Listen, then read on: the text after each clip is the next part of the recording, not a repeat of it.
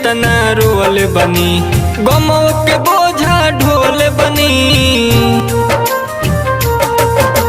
पहले इतना रोल बनी, गमों के बोझा ढोल बनी।